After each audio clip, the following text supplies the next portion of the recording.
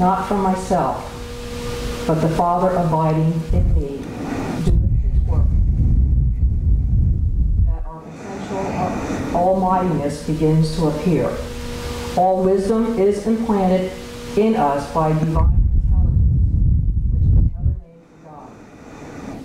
In the degree that we awaken to this consciousness of our inherent wisdom, in that degree we are responsible to the Father and are required to recognize the of our wisdom. All of us unfold according to our understanding and realization. Whether our understanding is small or large, we must measure up to or demonstrate that which has been given to us. To whomsoever much is given, of him shall much be required.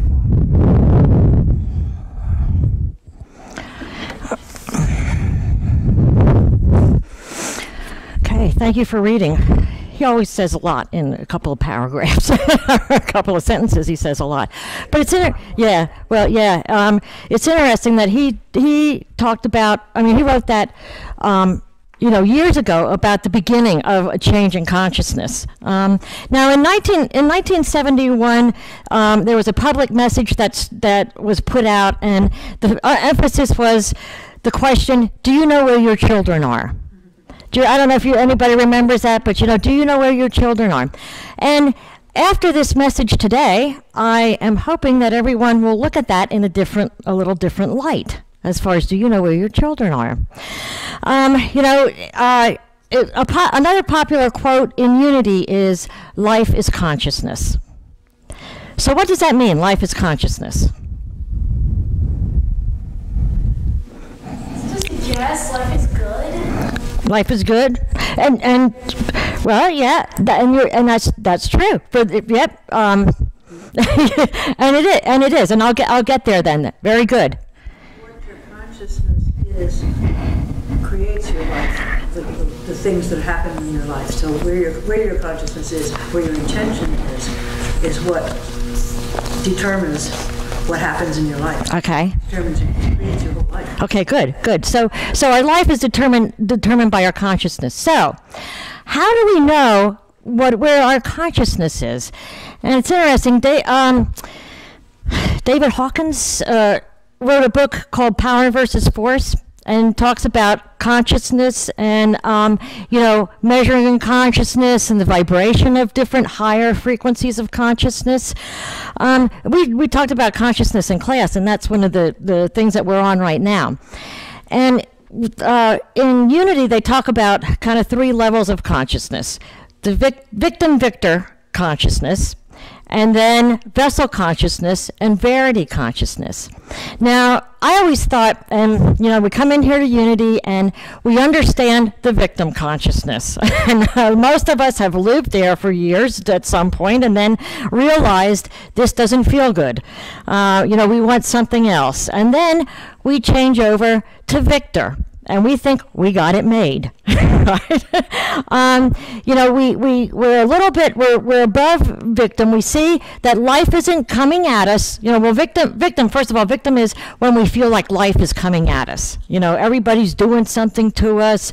The world is wrong. Something's wrong with this. Something's wrong with that. So that's victim consciousness. So I think we all understand that. Victim consciousness is, okay, we still think that the world is coming at us, but we can overcome that. We can change our thoughts and change our thinking and feel a little bit better about the world. So, I thought that was a pretty big step from victim to victor, until I realized as I'm teaching this class and getting more into, this book, it's only a slight step. There's a lot of levels to go yet. Because really, victim-victor is only the flip side of the same coin. In order to be a victor, what must you have? A victim. So you still believe that something's happening. Something's happening out here. So the victim-victor consciousness is still basically the same, because you're still believing that something's happening out here. Now, vessel consciousness is, so victim consciousness is it comes at me. Vessel consciousness, it flows from me. We know that we create. We create our own reality. We can change our thoughts and stuff. Verity consciousness is, it flows through me. That's when there is no God and me. It's oneness. That's when we truly, truly know our oneness. So when you go on a trip and you use a GPS, or you go to AAA's and have a trip pick made up or whatever, what do they ask you? What does the GPS ask you? Where you're going. Okay. So you got to know where you're going. What else do you need to know? Where you are. Where you are. Okay. Does it ask you where you've been? Okay. No. So we don't really need to know where we've been.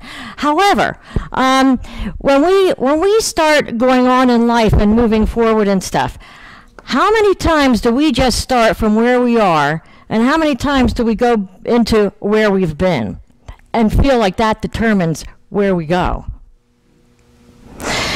So once we realize, first of all we need to do to get to where we want to go is to know where we are. Now, let's talk about consciousness. And I'm trying to bring this all together. Unity is, we are here to elevate our consciousness individually, and, hopefully as we do ours individually, it will lift those around us and the community, lifting our consciousness. So, to lift our consciousness, what do we need to know? Where we are. Where we are. Did anybody actually stop and think about that lately as far as where we are? Where are you? Where are you in consciousness on an individual basis? Where are your thoughts mainly? Where are they mainly from day to day?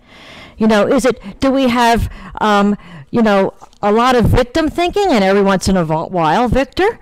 Are we victor most of the time? Or are we verity? Do we realize that what we're going?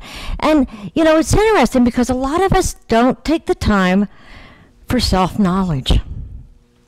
And that's one of the biggest things in growth, is self-knowledge. Know who we are, know where we are, and where we want to go. And it's interesting, and I'm so proud of Carolyn and Sue. They're coming to the class, and first of all, to change our life or whatever, we need to think of a few things. Is we need to realize what we need to change. Right? We need to realize what we need to change, and how do we know what we need to change if we don't stop and really think about where we are? What are the thoughts that are keeping us where we are? What are the things that are keeping us where we are? So we need to stop and think of that first, and then we have to have the willingness and the courage to move on. And they never would have volunteered to read this stuff, but they took the courage to do that, and I think that's great. I think Isabella, that's awesome that she has the courage to do that, and it's neat as a group that we can inspire her and encourage her to do that. Not to get into any of that fear and stuff. So, self-awareness is the key, and it's interesting. In one of the Unity readings that I have, they talk about a man that did a sermon. I don't know if anybody ever heard of the book called In His Steps. Did anybody ever hear that? Apparently, it sold like 32 million copies. It was like second to the Bible or something like that. But it was written. I have it here. Written by Charles Sheldon. It's called In His Steps. And it talks about a made-up character. His name was Reverend Charles, or I don't know, it doesn't matter. But anyway, he made up a fictional character as far as a minister. And the story went on that he was writing his sermon at home, and it was a Saturday, and he was kind of like, oh my God, we're down to the wire. I don't know what I'm going to write about. And everybody was crazy at the house. The kids were crazy. The wife was crazy. The wife always had something for him to do, and he was getting so upset because everything out here was, stopping him from doing his sermon, and he really needed to get this done. Anybody relate to any of that stuff? so, you know, everything was out here, was too busy to, you know. So the wife said, he's like, I can't do this, you know, something's got to happen. So the wife says, okay, I'll take the kids and we'll go shopping. He's like, great. Okay, finally, you know, I can do my stuff now. All my that stuff of the world is gone, you know, everything that he was blaming. So anyway, he's writing his, thinking about his sermon, and there's a knock on the door. He goes down to answer it, and it's a kind of a trampish looking guy. And he opens the door and he said, do you have any work I can do? I'll do anything, you know, for money. I really need to have money. And he said, I'm sorry, but I don't have anything you can do. And he said, please, anything. You know, I'll do anything. You know, I just need to have money. And he said, you know, boy, I really feel sorry for your circumstances, but there's nothing I have to do. So anyway, he went down the path and stuff. So he finished writing his sermon. Sunday morning came, he delivered the sermon. Wow, he was on his game. Everybody's, yeah, this was a great sermon. And all of a sudden when he finished, someone stood up in the back and said, I have a few questions. And here it was the man that was at his door. And he said, I would like to know, you know, about you Christians, what you believe. He said, and I would like to know how you think. He said, I stopped at the minister's door and I asked to have a job, and he said he was sorry for me, but he couldn't help me. He said, I look around here and I see all these faces, and I've been to everyone's door to ask for help, but no one can help. He said, everyone kind of pushes me out and shoves me away. Some people don't even talk to me. He said, and I just want to tell you a little bit about myself. He said, I was a working man. I lost my job. And, you know, I lived in one of the tenant things in New York City. And he said, it was like the slum. He said, my wife got a disease and she died. And as she was dying, she prayed that my daughter would die too, so that she wouldn't have to live like that. He said, but my daughter and I are, you know, are fine. We lived. My daughter was lucky enough to go with a friend that took her in because he still has his job. And I told her I would go to find work or find money someplace so that we could be together. He said, I believe a Christian owned that building that I lived in. He said, they didn't have heat. They didn't keep it clean. They didn't give us the things that we needed to live safely. He said, I believe, you know, all you are Christians here, but nobody could step up and help me and give me a hand. Nobody could give me advice. Nobody could say anything to me. Most people didn't even want to talk to me. He said, I want to know, you know, what Jesus taught you. And the place was silent. And as he was talking, he was coming front.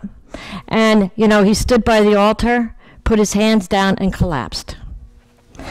And everyone just walked out. So, you know, the minister said, that concludes the service.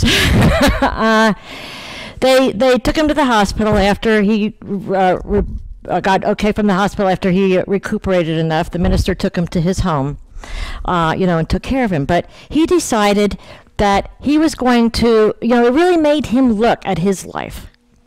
What is he doing in his life? Where is his own consciousness? You know, we talk about it, we preach about it, but where is his? Where is our consciousness? And he decided to make a pledge that before he did anything or everything in his life, he would ask the question, what would Jesus do? And he would make an effort, or he would make a conscious effort, a conscious commitment to live his life as Jesus would, in his steps. And we at Unity, especially, we call Jesus our way shower, right? He shows us the way. He says, this is how I live. This is how I have achieved Christ consciousness. Follow me. Do as I do. Yet, do we take the time and stop and say, are we doing that? Are we really doing what Jesus wants us to do? Are we living as he says, you know, as he teaches us, as he shows us? And it was interesting because he said, he stood up in the church, the sermon when he decided this, and he gave his whole big sermon, and he said, I am making a commitment, you know, to ask, you know, before I do anything, what would Jesus do? And for 1 year, to make the commitment to live as Jesus would have me live. And he said, and I am asking everyone in here to make a commitment. Please come forward if you would make that commitment. And nobody came forward. And he said he went, church concluded, and he went into his office, and he just couldn't believe it. He couldn't believe that nobody would make that commitment. He was in there for a few minutes, and there was a knock on the door, and there was the head of the newspaper, and he came in and he said, I didn't want to stand up in church, but I would like to make that commitment. I would like to make that commitment along with you. From then on, he decided what stories Jesus wouldn't print in the newspaper. Wouldn't that be neat? I mean, think about that. If newspaper people would say, what would Jesus do? We wouldn't have negative stuff. We wouldn't have stuff that brings down people's consciousness. We wouldn't have things that instill fear. So, the newspaper man said, he stopped printing stories that Jesus wouldn't have us print. And, people would say, you're crazy. You're not going to sell papers. Well, his business zoomed. Because he elevated his own consciousness. Business people, started saying, I'll make that commitment. And as they made that commitment, they sold things, books or whatever, that they didn't think that was good, was the highest level of consciousness. And instead of their business going down, it went up. A lot of things we're afraid to give up, because we're afraid that that's going to harm us in the physical way. However, we don't realize that by elevating our consciousness, and doing those things will actually help us. It'll make life better. It'll make life better. So, first of all, and in class, we talked about this, consciousness, as far as elevating our consciousness. But first of all, we need to know where we are. And all these people that made that commitment to live in his steps, to live as Jesus would do, what would Jesus do, never realized the things that they were doing. They go to church and be the Christian. However, they didn't realize or ever give it any thought after they left those doors. And so this in class, this week's assignment in class was, for 1 week, at least 1 week, monitor our thoughts and see where we are. And as I was preparing for class, I tried to do that. It really gave me an awareness, and gee, all of a sudden I get poison. And it's like, whoa, I guess that's coming out where I'm not right in my thoughts. So it's very interesting what pops up when we stop and really take account of ourselves. We want to get into service and stuff, and that's awesome. That's awesome that we're doing service for other people and we're helping other people. But first of all, we need to be aware, or we have to look at self-awareness. And where are we at this point? Because then, and only then, do we know what we need to change. And it's an interesting and an eye-opening awareness. I know people have told me already, that they started, and it's like, whoa, they catch themselves with the stinking thinking and realizing how quick it is to get a whole bunch of those other thoughts coming in. But how great it is to stop it there. And say, what would Jesus do? Would he be thinking this? Would he be judging this? Would he be thinking this? No. Stephen. I know through sources, I don't know where the source came from, but on average, the human being has 60,000 thoughts a day. 60,000. Wow. So it's this everything. It's just all your ridicule, all your thoughts, like what you're saying. I mean, you're higher level, but yeah. What are you thinking about? Yeah. Yeah. And I think Deepak, I think, says like the same thoughts we think over the same day, the next day. Like I don't know how many percent of those thoughts we think the same ones the next day. Yeah, but it's an awareness. A self-awareness is awesome to be able to do that. And you know what? We might realize that we are higher than we think. We always put ourselves down. We might realize that, we're doing a little bit better than what we even think, because it's so easy to get down on ourselves. And that's one of the things with self-awareness is it's not to beat ourselves up. Certainly not to beat ourselves up. It's to love ourselves and to realize, this is a gift that's given us, the ability to think and the ability to be self-aware and the ability to change. Then, after that, comes the willingness and the courage to change. Grant me, one of the great things is, God grant me the serenity to accept the things I cannot change, the courage to change the things I can, and the wisdom to know the difference, right? But we need self-awareness. There's a little story here. I like it. It's called a new pair of shoes. When I got sober, my sponsor told me that I had to be willing to change everything about my life. Everything. So I wore blue jeans and switched to slacks. I wore Western shirts, switched to t-shirts. But the one thing I just couldn't give up was my cowboy boots. I went to my sponsor and said, surely I won't get drunk over a silly pair of cowboy boots. I'm willing to change a lot of things, and if needed, I could even give up those boots, but it really seems silly. My sponsor said, I don't know how silly it is, or if you'll get drunk over those cowboy boots, but I can tell you that if you're not entirely willing, though, you're not entirely willing, though. Okay, I said, I'll prove it to you. I'll give up the boots for 30 days just to demonstrate my willingness to God. So I bought a pair of tennis shoes, and after 30 days of not wearing my cowboy boots and wearing tennis shoes instead, the strangest thing happened. My feet stopped hurting. That's how it is getting sober and giving up the high life. I never stopped to think that the boots were the cause of my feet hurting, or the booze was the cause of my life hurting. I got willing to give up the stuff one day at a time for 30 days, then 60 days, then 90 days, and my life stopped hurting. And every day I do something different, some change in a small way. Maybe I just put my socks on different or drive to work a new way. Every day I try to do little things in a big way so that when big things happen, I can handle them in a little way. I love that about we never realize what is causing our life to hurt until we stop and try a little self-knowledge. Because once we do that, and we're aware of where our thinking is, we're aware of where our consciousness is, we can go back and say, wow, if I create my own reality and my thinking is stuck in that judgment, that, prejudice, that whatever we're stuck in, that's causing all this hurt in my life. And when we're able to stop and change that, wow, how life can be different. Yeah, I wanted to say something about the thoughts. The gentleman made a point of how many thoughts we have, but then do we think about whether or not those thoughts are happening to us or whether or not we're thinking thoughts?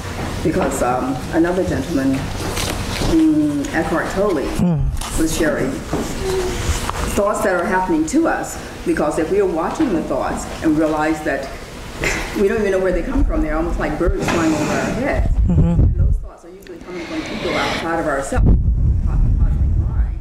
And if we're aware that those aren't our thoughts, like, oh, I wonder what they're thinking, or what I'm going to do tomorrow, and all those thoughts that we're hearing continuously, those thoughts usually are keeping us in the dead past or the imaginary future. Yeah. And if we are aware, we're actually in the now, just observing those thoughts.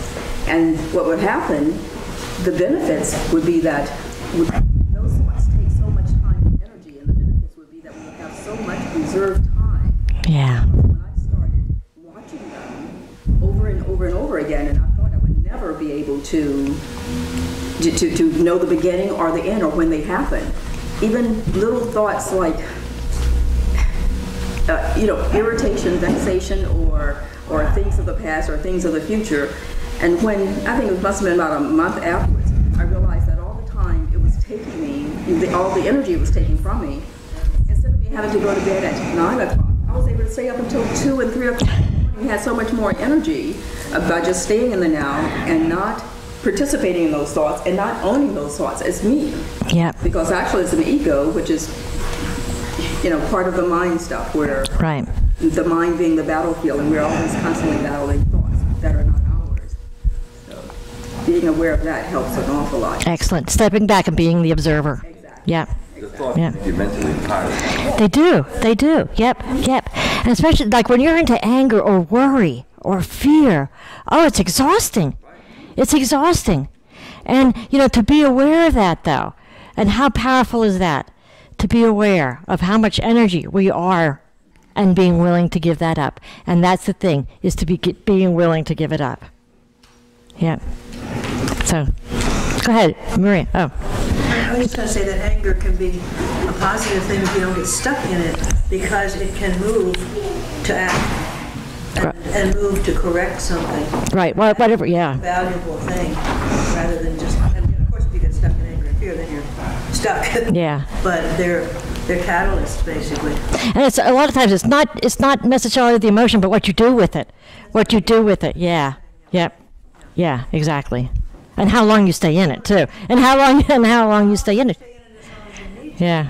And then you realize this is uncomfortable, I gotta do something about it. Yeah. So let's change that thing that's making me fearful or Yeah. angry. Yeah, and it's interesting. I think it's in that book, Power versus Force. They talk about how people that are a high level of vibration or high level of consciousness, they don't stay in anger very long or something like that, because it's very, very uncomfortable for them.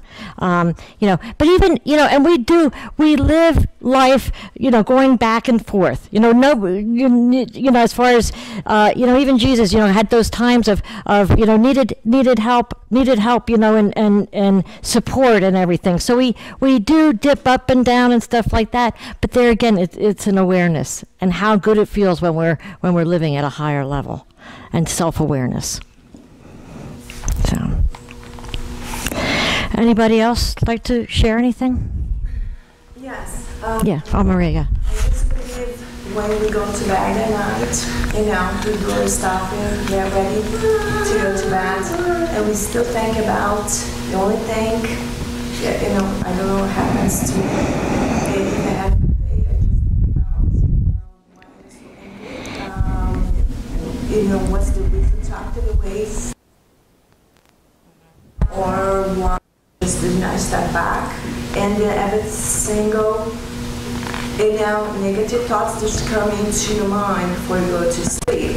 So when we sleep, just our body just transport. Our body, our soul just transports to another dimension. I believe so. That's my belief.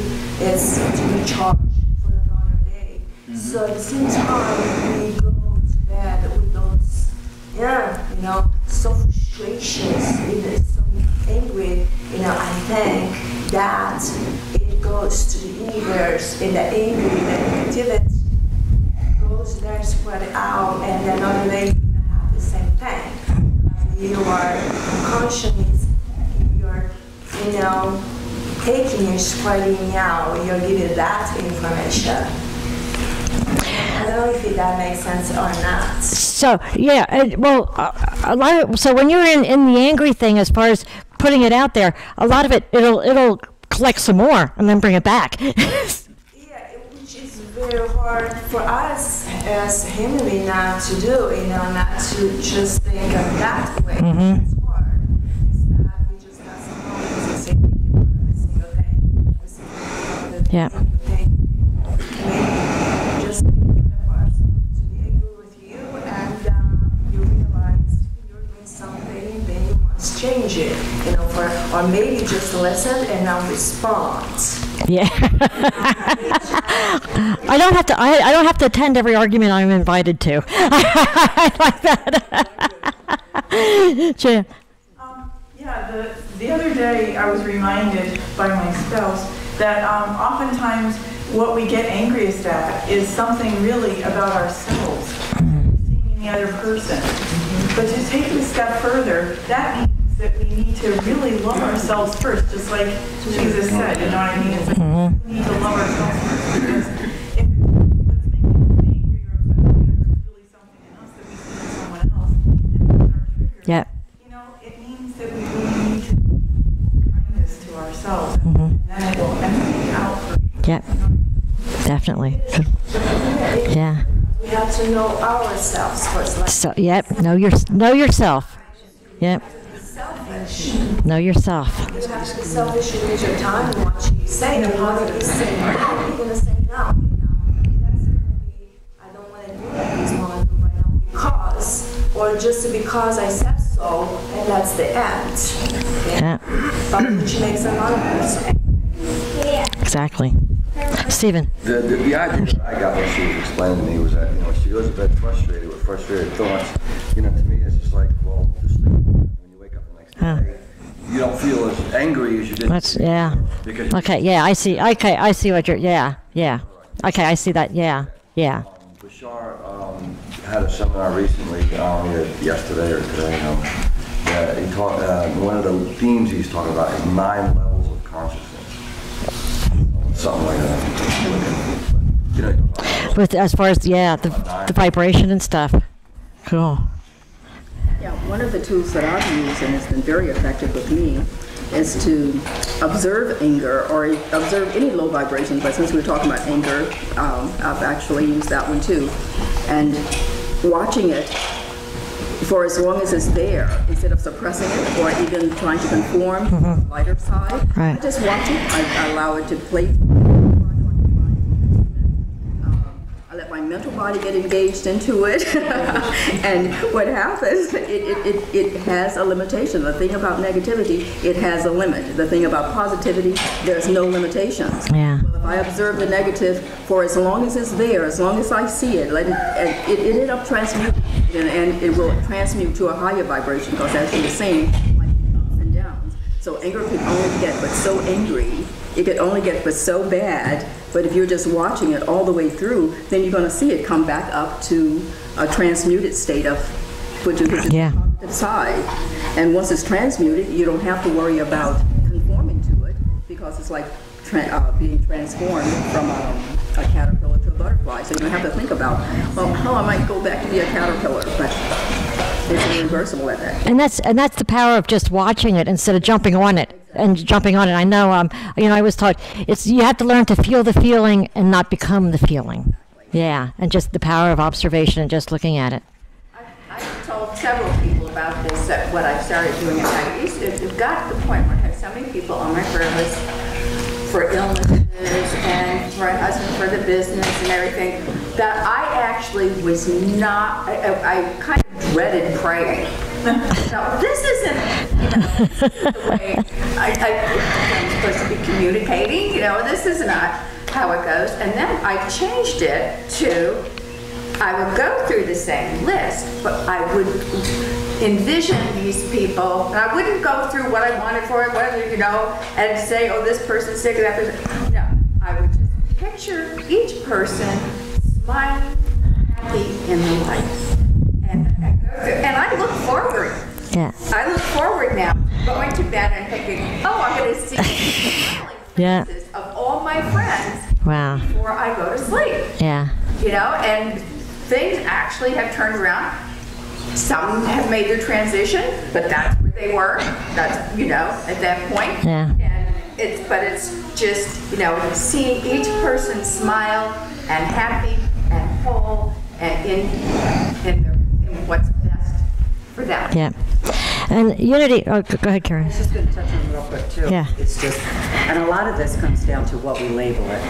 Yeah. If I'm going to label it as anger, I'm going to be angry. Yeah. If I'm going to label it as the blessing that it is and the lesson that it is, then I don't feel angry. Good point. So it really comes down to, as Maria so eloquently put it, as human beings, it's hard for us to get into those places when, when I'm in church, when the stuff is. I don't remember where I was. It is difficult. It really does. What you were just saying, Jill, it's so, for me, it takes the same brain cells for me to think a negative point as it does for me to take a positive point. So if I want to use my brain to think anger, disappointment, discouragement, disharmony, all of that stuff, that's what it's going to be. if I use that same brain and I turn and I think, that's a blessing, that's beautiful, how harmonizing that is. Look at what I'm getting from it. Yeah. Look at the lesson, it's the same brain. I'm using the same brain for, Yeah. Good. it's just the same brain. Great point. Don't label it. In connection with that, I once read something that stuck with me, and that was that negative thinking is easier because it's a gravity thing. You know, you just relax and, oh, okay, and you sort of sink down into negativity, but the positive thinking actually takes energy and takes thought and focus, which is basically what you're saying. You can just turn it around and say, okay, you know, I'm gonna rise above that. I'm gonna be subject to, I don't need victim of gravity. Yeah. And it's also our race consciousness. Yeah, exactly. We live in a society that, Well, we're programmed that way, of it's our course. Yeah.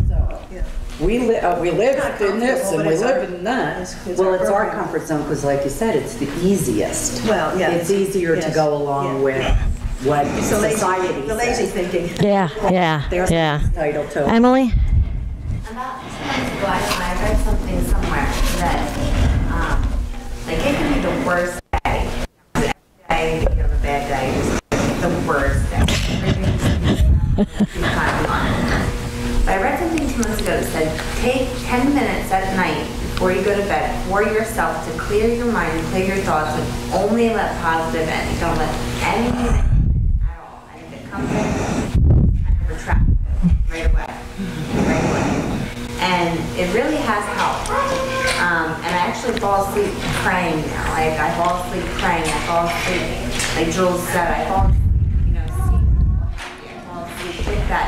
I can't change how people are going to be. They might be miserable the next day, but at least it makes me feel good. It puts, you know, out a good feeling for me. For me, that's all that I am capable of doing. I'm not capable of changing anyone else. But it does, you know what, seeing people differently does allow them to, that opens the door for them to change. It does. You know, it gives them the energy to open the door. I believe that, so. It says you can't have a positive life with a negative mind. Wow. Yeah, because Wow. we're talking about the conscious mind, but there's also the subconscious mind. And your conscious mind tells your subconscious mind when you're sleeping what you want to create and manifest in your life. So, I mean, that whole thing of trying to think positively brings positive results. Yeah. Negative. Can't solve a problem with the same brain that creates. Right. That's why. Yeah. And to finish up, just to finish up then, you know, in the class and stuff, it says about the best way to gain self-knowledge is, you know, to realize, you know, where you are now and keep track of your thought, but meditate on I am. Because when you take the time every day and meditate on I am, you truly, truly begin to know that feeling of oneness. And that is who we truly, truly are. You know, all the other stuff is we're masking who we are. So, you know, I invite you to, you know, keep track of your thoughts and, you know, what's making your life hurt. But also meditate on that I am and feel that feeling of oneness. Before you said that, I was going to raise my hand and say I got the answer to all of it. Meditation. Yeah, meditate on I am. Okay, and speaking of which, we will go into meditation. And do you want to turn that on? And I invite everyone to get comfortable.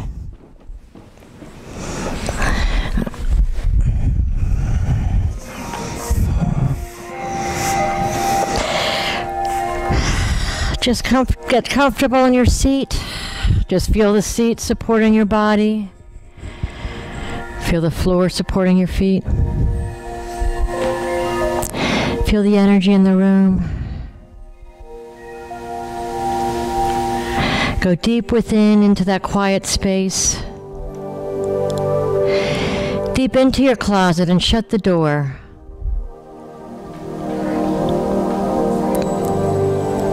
The place where your Christ center, your Christ consciousness abides.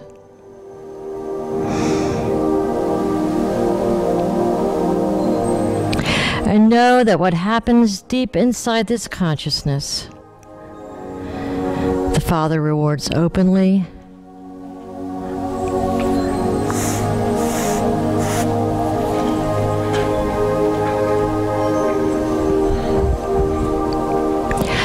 invite you to just take this time and sit in the consciousness of gratitude.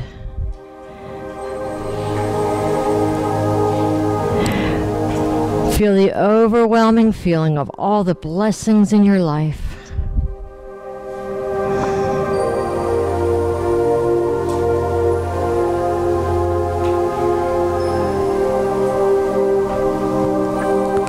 As you focus on the blessings and the gratitude,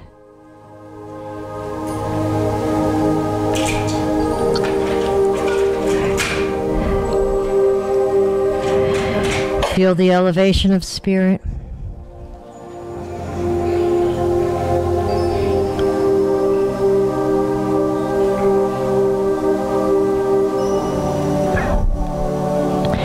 Take the time now and just quietly say to yourself, I am.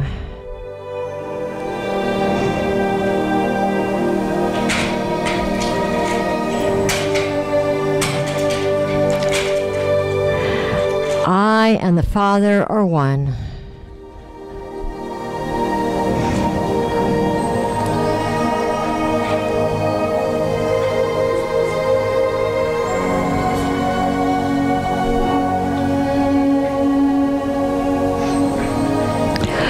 As you feel this feeling of oneness, this feeling of unity, feel every cell in your body coming alive. Alive in the Spirit of God.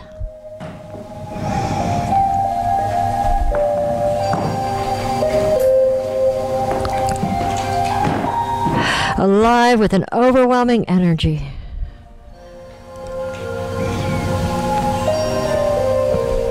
Alive with love.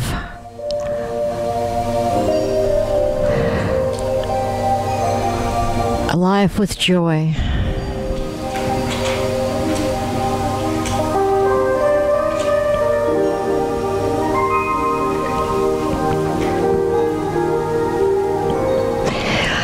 Know that I am awakens your consciousness into the Christ consciousness.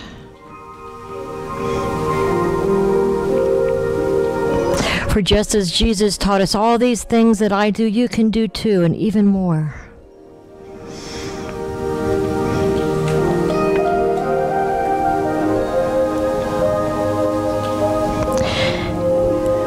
As you experience these feelings of oneness, these feelings of unity, of love and joy,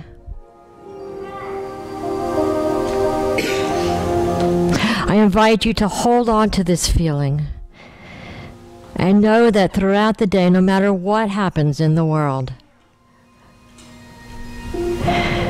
you can do as Jesus, I have overcome the world. And always come back to the knowing, I am.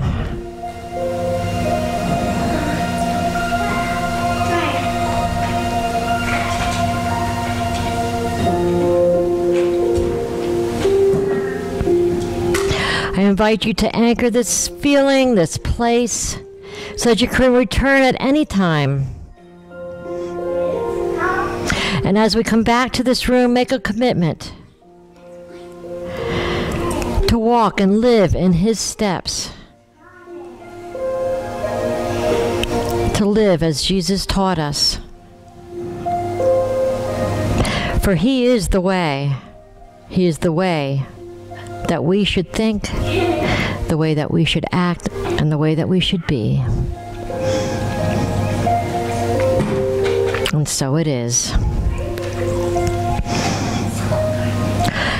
I invite you, when you're ready, to feel the seat, feel the floor.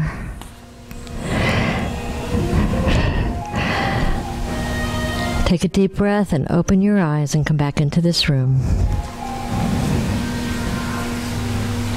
with the knowing that all is well. And so it is.